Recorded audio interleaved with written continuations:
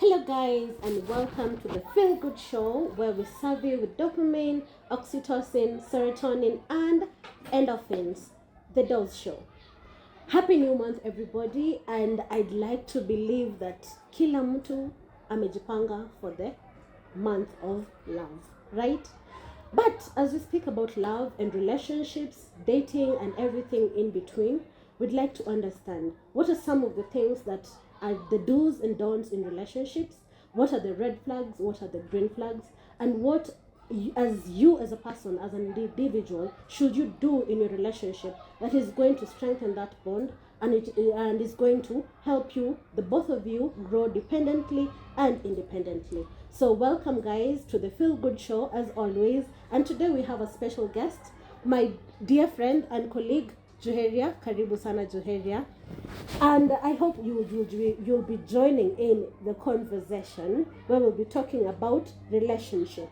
If we discuss about the previous month, especially January, where we have been having killings left, right, and center, mostly centered in relationships. So what are some of the things that we could change in our relationships that are going to make a stop to some of these gruesome events that are happening?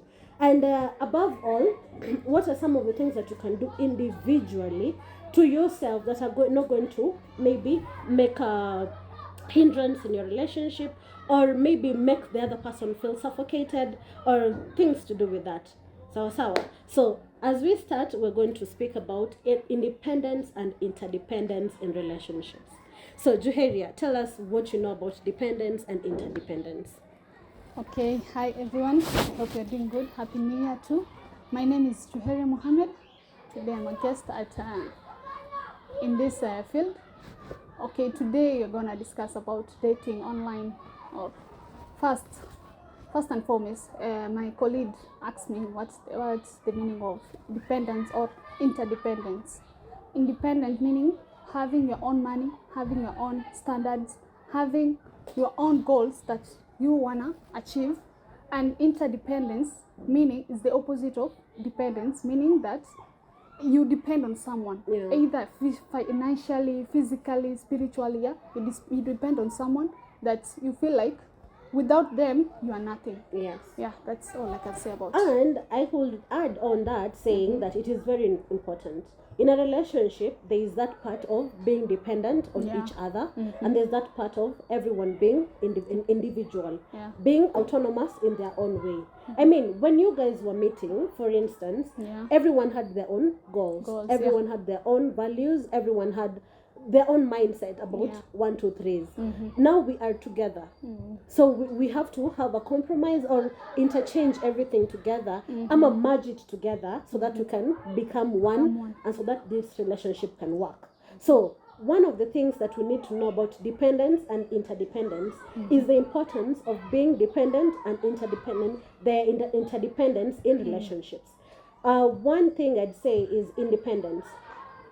There's that bridge between being dependent on your partner and having your own autonomy. Having your own autonomy is very important.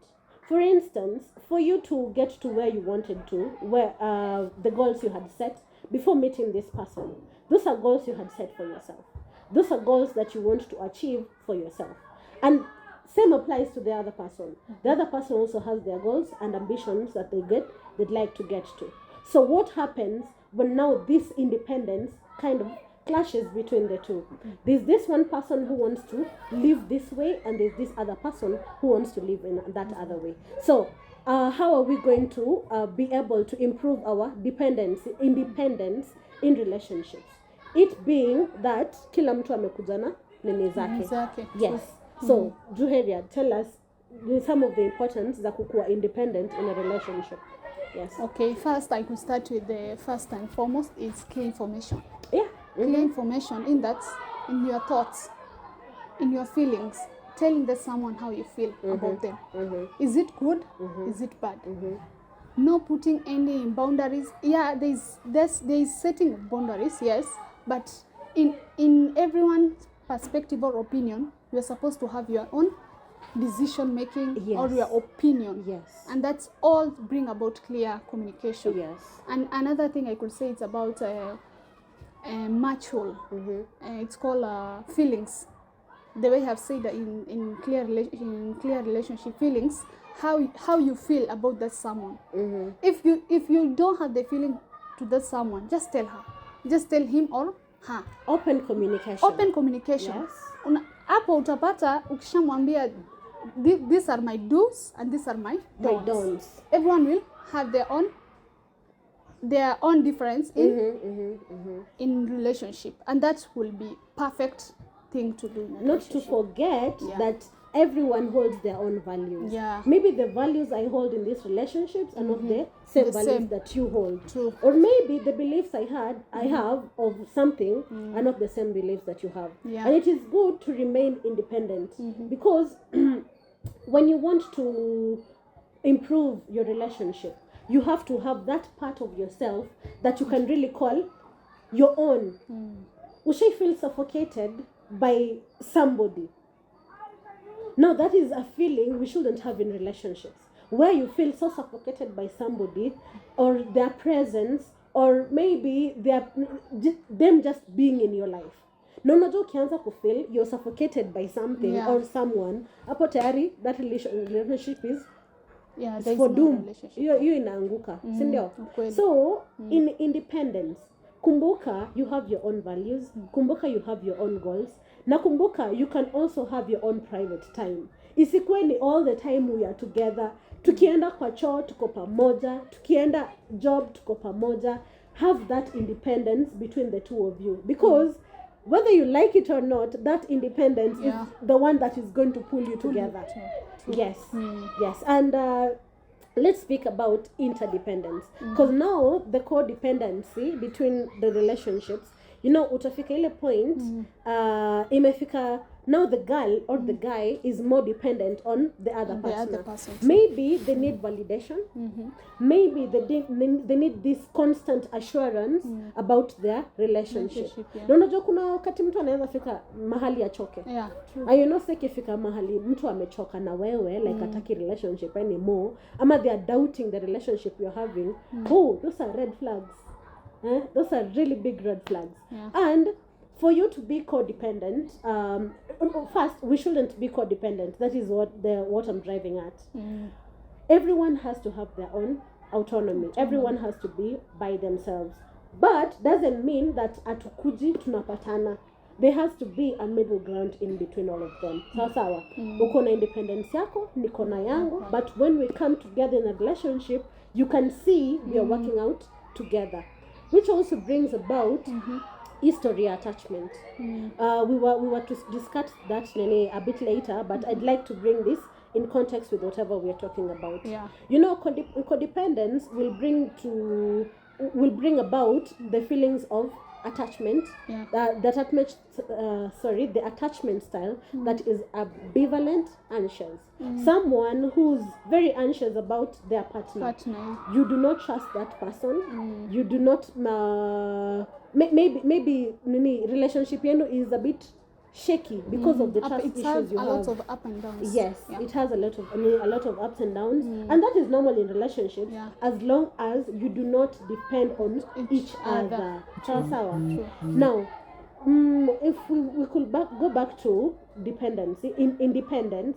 Independence kind of pushes you to prioritize that person.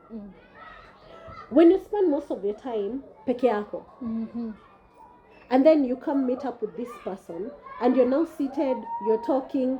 Unajua ile time you are apart, there's that missing. You miss this person. There's that looking forward to the time atatoka job, ama maybe alikuwa ametravel atakuja.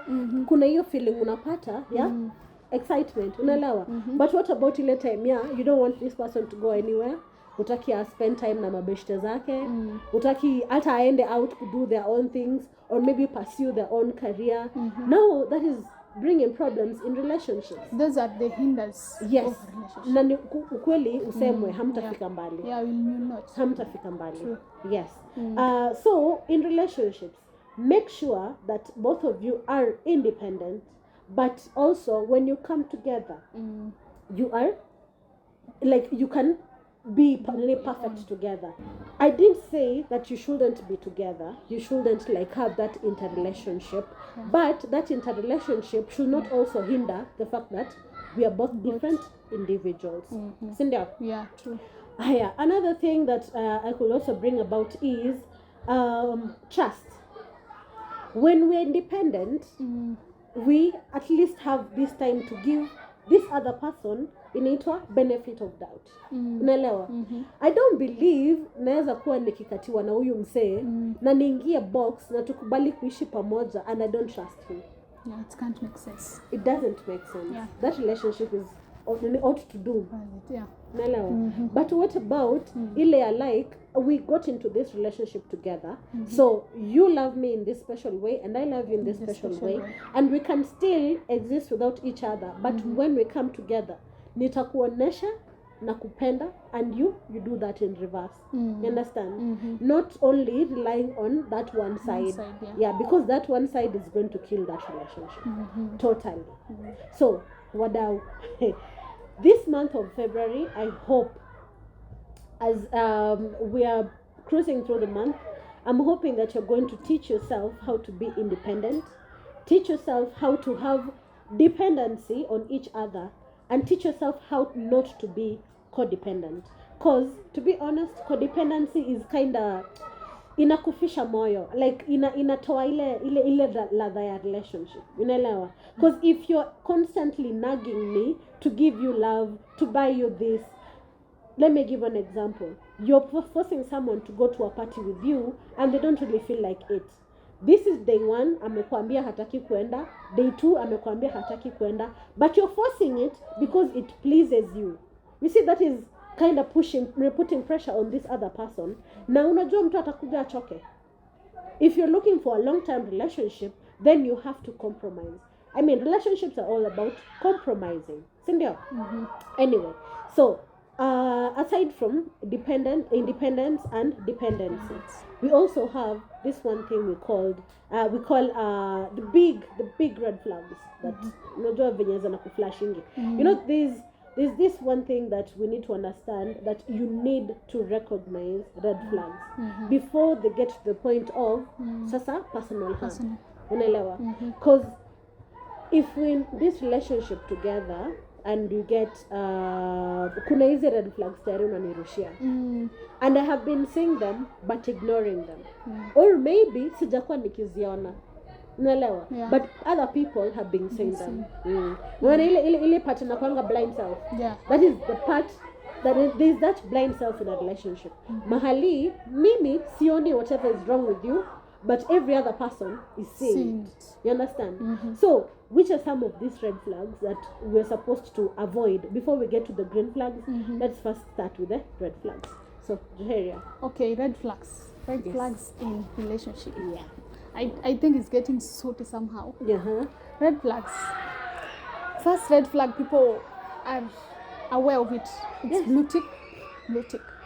Umetext mtu, you're waiting for replies, no replies.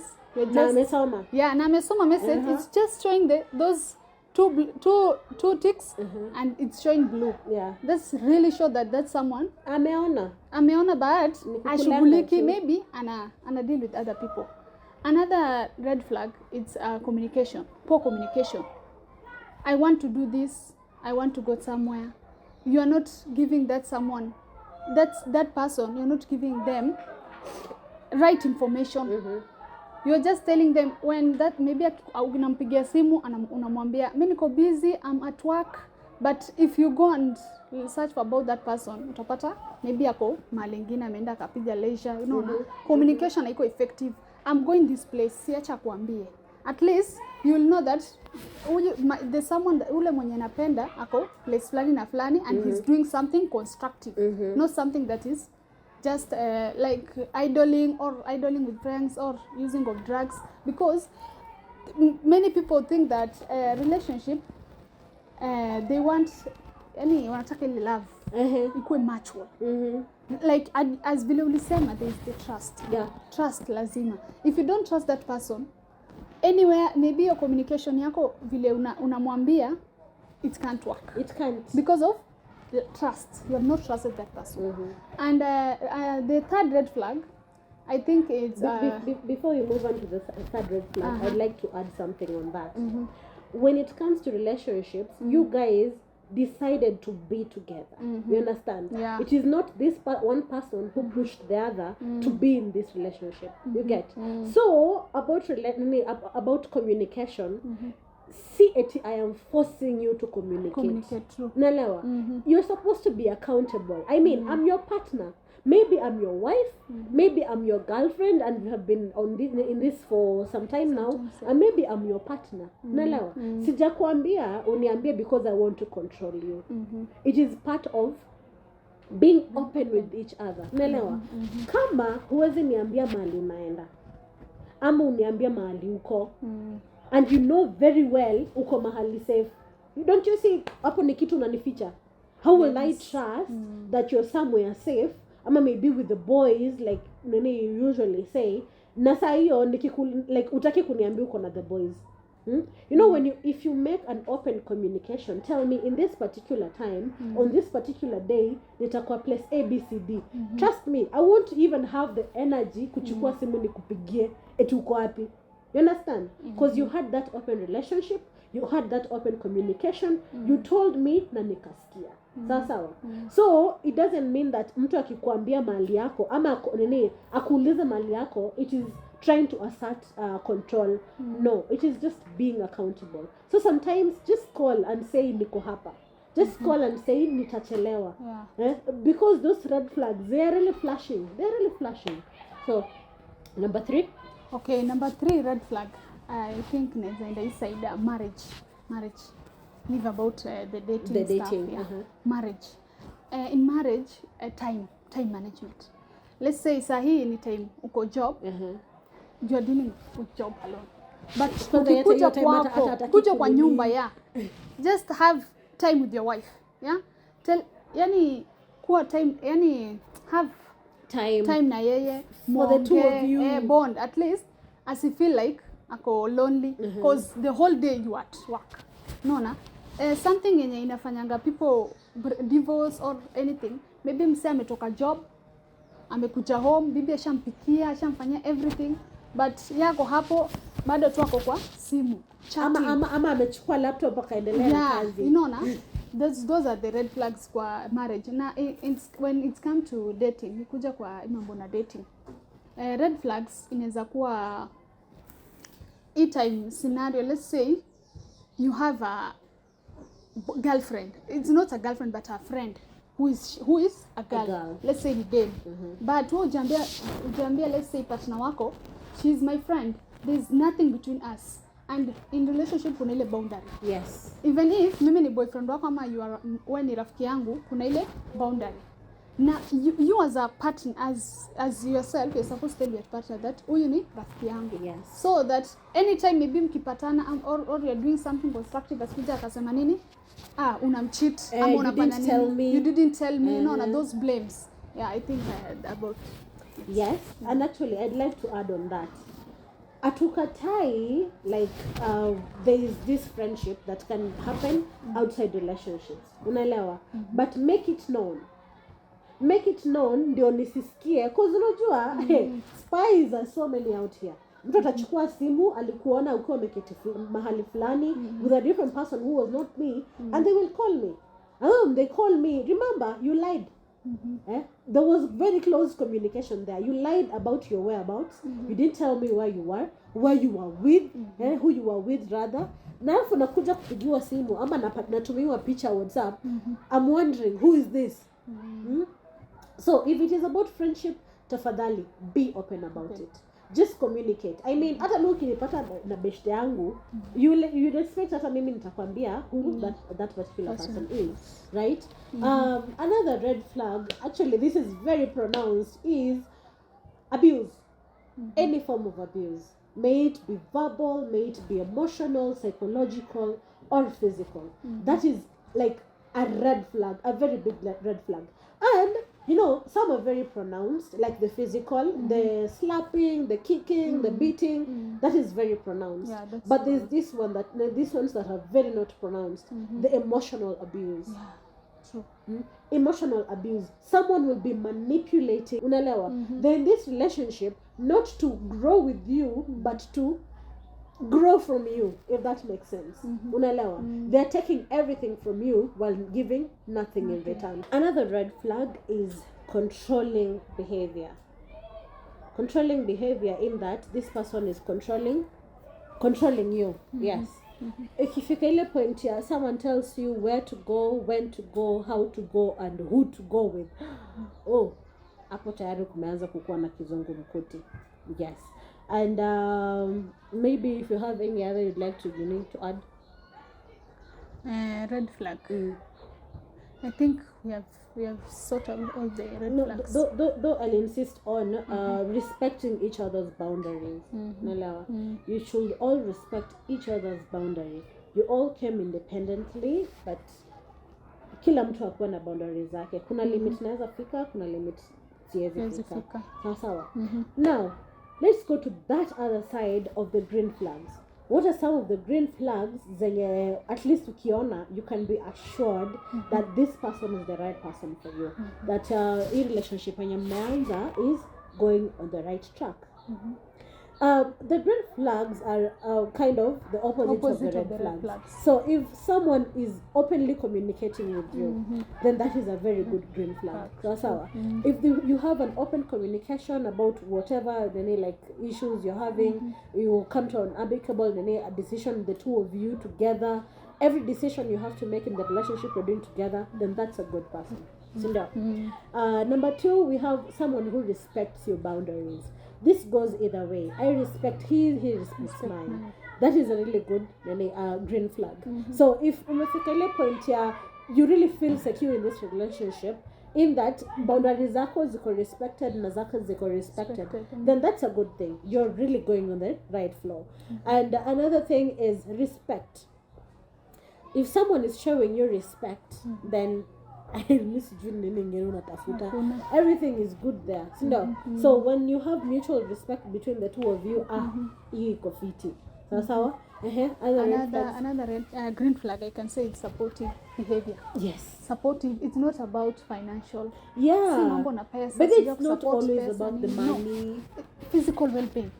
At least anakuuliza how are you doing, do you have anything that simu umekula lunch, at least alafu unaona ka mpesa supportive. Yeah, me I can say mostly being supportive partner, it's not about finance, at least physical, knowing the well-being of that person, feelings zake ziko aje, day yake imeenda aje, at least hiyo inaweza create rapport with your partner. Yeah, I can say it. Yes, that is really nice actually, because hata sisi baby girls, I mean, hautaki kupigiwa simu once in a while nauliza umekula, umetengeneza nywele. Feelings. Nah, it shouldn't be like one-sided. Pia wewe muuliza siku moja, hey babe, umekuwa job the whole day, how are you doing, how's your mental well-being?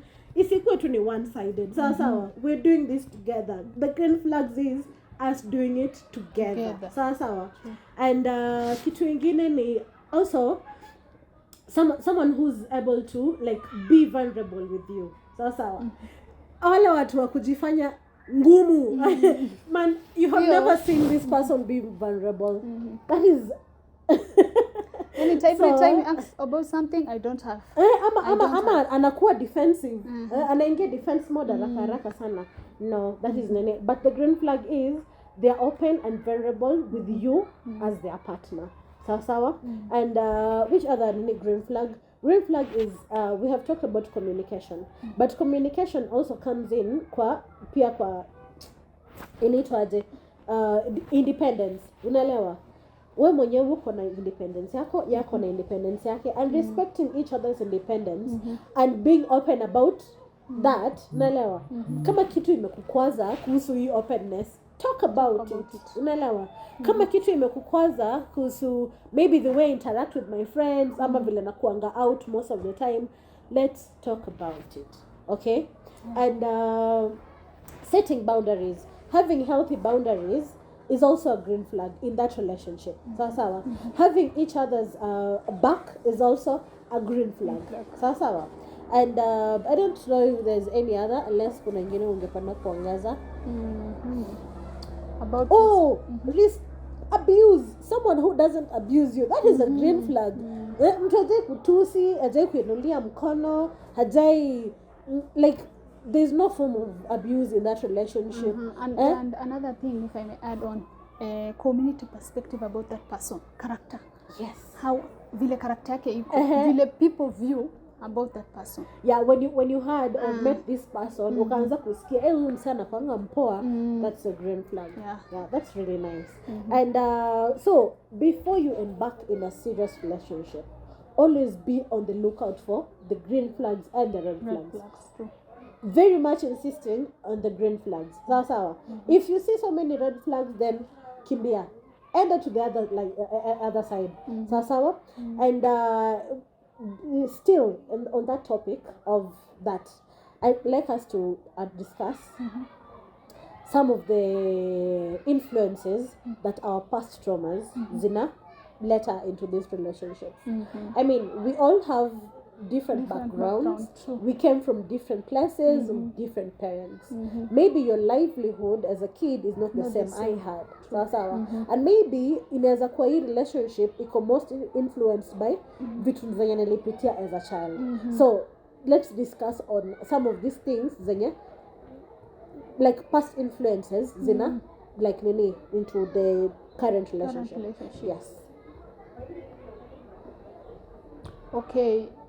Tukiangalia hii generation yetu ya saa hizi and the past generation, let's say you have experienced a trauma in relationship, or something, let's say maybe mtu alikuwa anataka kukumada but people came in rescue. Unaona, sasa you yourself utaki kujiengage in any relationship. That's why you feel people are saying mimi sitaki kudate because ya nini, because of something that I saw somebody being killed, ama maybe I went through such an ordeal nikiwa mdogo.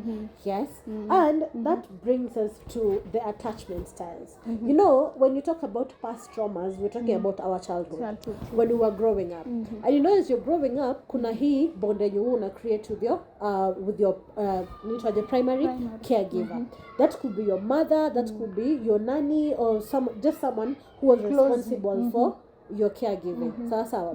No, kuna the 4 types of attachment styles, and some of them actually influence the way we relate to other people today. So give us maybe 1 or 2 and maybe give us a discussion about it. Okay, about parenting, I can say people sahi ni about background. Yeah, mahali unatoka. Kama mko maskini, parent pia ana expect wewe ukisha kwa mkubwa you bring someone mwenye ako na pesa. Because nimesikia hiyo parental influence iko sana. Yeah, iko sana. They want, yani wanataka you wewe sahi uko modern, but wanataka wewe bado follow the traditional norms, how they the did rules, it back how then. they did it. Kama ni ng'ombe, kama ni nini, kama nizo those livestock, those dowries, the same thing they want to happen to you. That's why unapata some people wanaingia in the marriage, early marriages, after 2 years, 1 year they are divorced. No. Yeah, after 6 months ni mingi. It has really become a very huge issue. So I will go back to your story of childhood, still insisting on the parenting style. Sawa. These attachment styles, how did you attach to this particular caregiver mwenye alikuwa anakulea? Sawa. Are there times in your relationship where you feel so secure? Una feel like you're in the right place with the right person doing the right thing. Ushai feel hivyo? Now that trickles back to your attachment style when you are growing up. So kuna hii secure attachment style. When you're secure, everything around you in a feeling itu iko sawa. Nalawa. So you trust your partner, maybe if it's a friend, you trust your friend, you feel like you can be yourself with them. Sawa. If it is expressing your emotions, you can express with them, you can be vulnerable with them, in short. Nalawa. But now a problem comes in when kitambo, as growing up, you know, people have different backgrounds. Yeah, kuna mtu alilelewa, maybe they were molested as a kid, or maybe they were neglected as a kid, or maybe there was this traumatic event that happened that changed the course of their life. So aside from the attachment, the secure attachment, where you're now, your caregiver was there for you, they never neglected your needs, they were there like always making sure your needs are met. Then same happens to relationships. When you're with your partner, you will be secure. When you're with your partner, this other side comes in when you had neglectful parents. You had a parent who was not there to heed your crying. As a child, the only way of communicating is crying.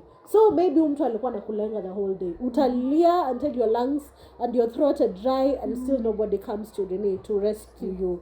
And it comes to relationships. Now as you're grown up, unajua bado utakuwa unakumbuka. Okay, maybe you won't remember, it will be unconscious, but that kind of influences the way you have this relationship with your guy. Nalewa. Let's have the ambivalent anxious style. Sawa. Hapo you're anxious about everything. Au ni wale wa kutaka assurance every time. Babe sema unanipenda. Babe sema unanitaka. Babe sema utaniacha. Ama ukiwa like wakisikia sauti huko background, nipigie simu niambie unanipenda. Now that is someone who's very anxious. And now ndio inaleta codependency. Yes. That brings the codependency in a relationship. So, vitu zenye zili happen huko, first, before you enter into this relationship, I think you should heal. Yeah. You should find a way in which you can heal, so that you don't bring your traumas to this relationship. Now, you went through them, and this other person did not go through them. You understand? So it kind of brings a clash between the two of you. Or you amelelewa na secure attachment. So hailewi why you need constant assurance. Why you need me to call you, break lunch, jioni on my way to tell you that I'm on my way coming. Nalewa. So goes back to open communication. Communicate about it. I know my fears. Naogopa, by the way, utaniambia leo unanipenda alafu kesho nikuone na shiko. Unaelewa? That's maybe it's going to hurt me. So be open about it. Talk to your partner about it. Then we have this other one, which is neglectful. Someone was neglected as a child. I mean, they never got ile mapenzi walikuwa wanatafuta. Unaelewa? Hawakupata ile bond. Like they never got to bond with their caregiver. And you say that is someone who's like do bond nini? So these are the people who will be doing things independently. Nikamata like like you're not needed in this decision. I can make this decision by myself. Because remember, this person has been independent all their life. They have never had to rely on anybody, not for love, not for emotions, not for feelings, not for anything. So how are you going to you as a person, maybe if you went through that, how are you going to navigate this with your partner? Okay, maybe I've gone through neglect from the parents, and let's say I'm in a relationship. So siwezi leta ile shida nilikuwa nayo past kwa hii present relationship. And that's why you should heal before you get into this. Because it will affect you mentally. Utakuwa na stress, utakuwa na anxiety. Sasa utakuwa na ile pia assurance, unataka assurance. Ai, mbona uko kwa makelele? Sikusikii kwani uko na madeni fulani. Mbona nasikia unaona? Unakuwa na ile doubt about relationship with that person. And ile kitu inaweza fanya yani past yako isiku affect in your relationship. It's just let go of the past. Focus on the present thing. Kama ni mambo na past ulikuwa umefanywa something that it was hurtful to you, have that positive mind that in this relationship hakuna kitu baya itanifanyikia. You have to be what can I say, like unataka, you really want this to work. Yes. And also setting your goals, expectation. Vile tumeanza you must be dependent to yourself. Ukuwe na pesa zako. Even if hata kusupport financially, as I said, wewe mwenyewe unaweza support. You can maybe back then pesa ndio ilikuwa imekufanya uingie in a relationship that ilikuwa hurt. But sasa hii unataka kuwa independent, ndio usirudi wapi? Usirudi nyuma. Yeah, that's what I can say. And if there's one thing, kama unataka kwenda into a healthy relationship, be healthy yourself. You know, if you have self-awareness, you know the limits you can get to, you know whatever you went through. Of course, you wouldn't want a repeat of that. Yeah, so first, work on yourself so that you can be able to have a healthy relationship with your partner. Sindio?